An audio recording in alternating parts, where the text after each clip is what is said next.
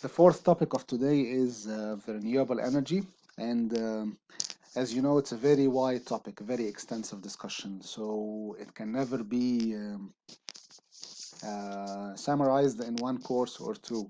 Um, it's a very extensive discussion. So I will focus today on very simple terms, very on the highlights, and I will speak about the renewable energy in the Middle East very briefly.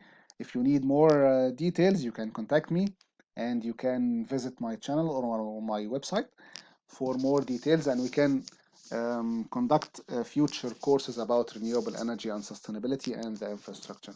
But why I'm including the renewable energy in today's course?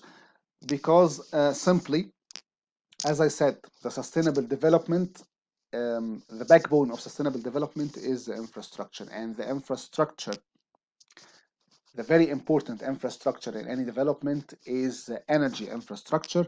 And now the whole world is not only um, directing itself towards the renewable energy, it's already dependent on renewable energy.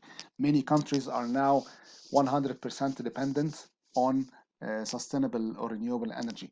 One of the good examples here is in Egypt. We have one example in the Western Desert. It's called Tayyibat village for workers, and it's 100% dependent on solar PV cells. So it's a new trend.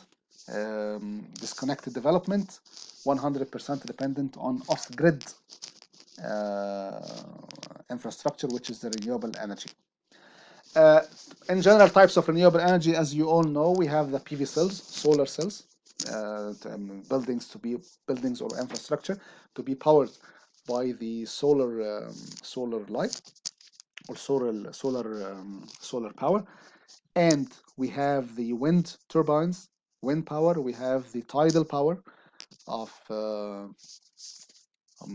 the sea, and we have the geothermal power, and we have the biofuels, and we have too many applications, but the most famous ones are the wind, the solar, the geothermal, the tidal, the hydropower, and the biofuels.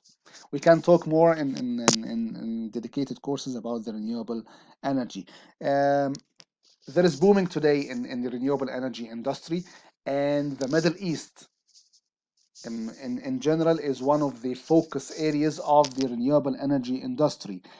The Middle Eastern states or republics, many in the region, including United Arab Emirates, Saudi, Qatar, Oman, Kuwait, Bahrain, Iran, Iraq, Jordan, and Lebanon, expected to invest 182.3 billion to grow up to 57 gigawatt capacity by 2025. I'm trying to put this figure in front of you just to highlight that the future is renewable energy. Not only the future, part of the present is renewable energy. So we have to focus on renewable energy and to consider it as the infrastructure, the backbone of the sustainable development, as I said earlier. Um,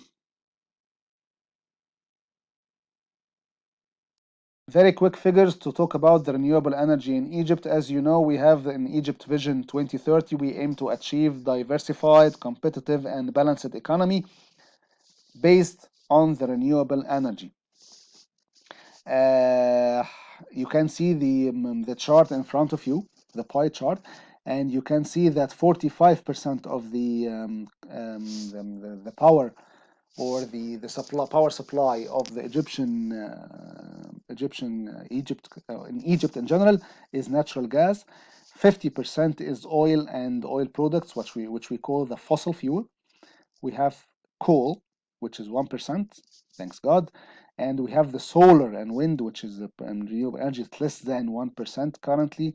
We have the hydropower 2% and the biofuel.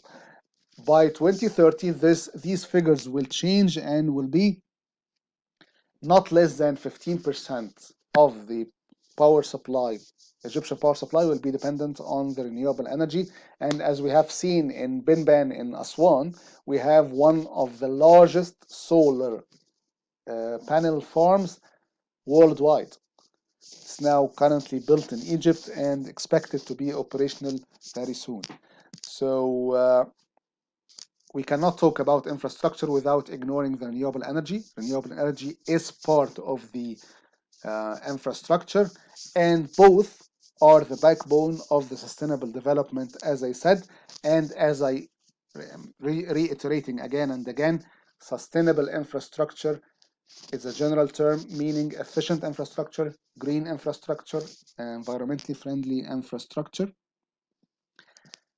and a very specific part of the infrastructure is the renewable energy infrastructure.